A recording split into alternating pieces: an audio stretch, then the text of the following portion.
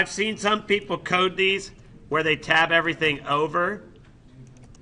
If you like that, if it seems more readable to you, you are welcome to do so. Your choice. Okay? Moving along. Now, if we're going to actually set a score, we need two pieces of information. The two pieces of information we absolutely need is which test are we changing and what is the new score. So let's set it up. It's also public. And now it's a void method because it's not actually going to return anything. And this is set score. So we're going to get two things. Int I, which is going to represent the test. And then actually to make it a little more readable, we could just, well, I'll just keep it as I for now. The other one is going to be an int, and it's going to be a score. And so for the score, let's just call it score. Why not? And so on here, now we're going to run a similar kind of thing. If, and its I is equal to 1, we're going to say test1 equals score. So that's how we're going to change test 1. And then we're going to do an else if I is equal to 2, in which case then we're going to do test 2 equals score. And then finally we're going to have an else. It's test 3 equals score. And at this point, that's how we're going to set the score. So this would be the test number, and this represents the actual score. Okay? And it's void because we're not returning anything. Yeah? Before we started coding this, So now we're going to test this code out. So we go to our student test, and here we go. Let's go ahead and try changing or setting a score. Now notice the moment I start typing out SE, it gives me two options, set score or set student name.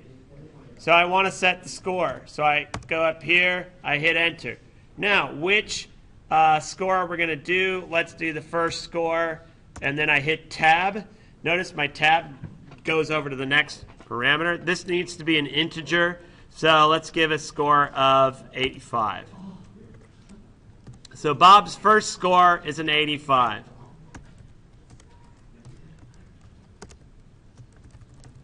Let's set the next score.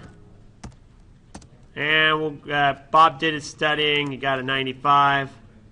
Good job, Bob. And then we'll do one more. 3. And we'll do a 90. Bob started to rest on his laurels, went down a little bit, and there you go.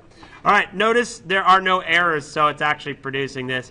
There's one last thing I do want to do, actually, and that is to represent all of our information about each individual student. So let's do that right now.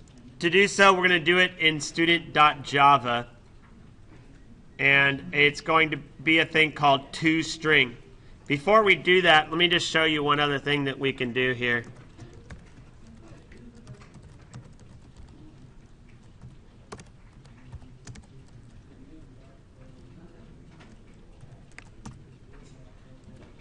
Now, notice right now, we already have a toString method, okay?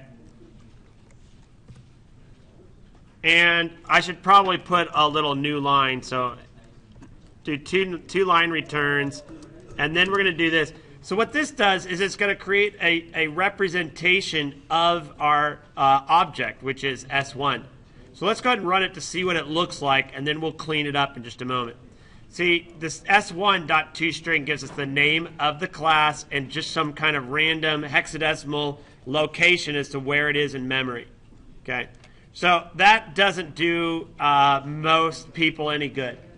So we're going to change it. We're going to modify our toString, and we're going to do what's called a method override.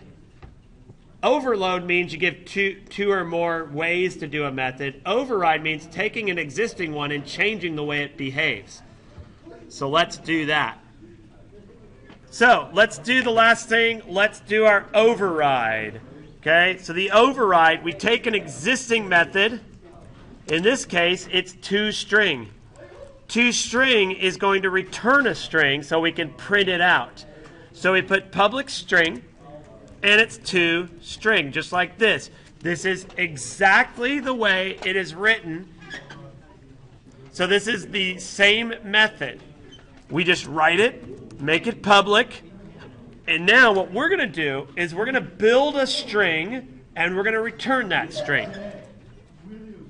So to build a string, we need to declare it. We're going to call it str, string str, shorthand for string. Str equals, and then we're going to add name. And then we're going to add the name of our student. Notice, since I'm in the student class, I can go ahead and add the name here and refer to it. That is in the wrong area. Don't know what happened there. And then, oh, we're just going to put a plus sign here.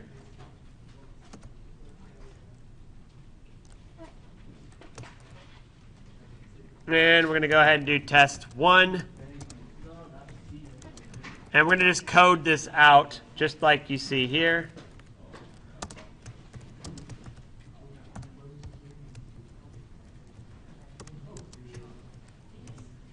And we're going to use this same, the same general pattern here on our remaining strings.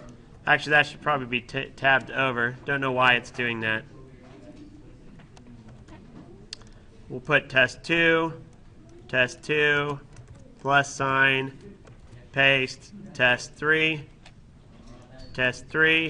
semicolon. So this is one big string we are building, and then finally we're just going to return it. Okay, so now our toString is actually going to give us all this data. So save your changes, and then we'll test it out in StudentTest. Here it is in StudentTest. We're going to run it. And now you can see on toString we got name, Bob, test 1, test 2, test 3. Okay? So there's the code for doing it. Here's the code for outputting it. It's just s1.toString, and it runs all of this code you see here. So I'm going to leave it on the code so you can pause it and take a look at it on your own.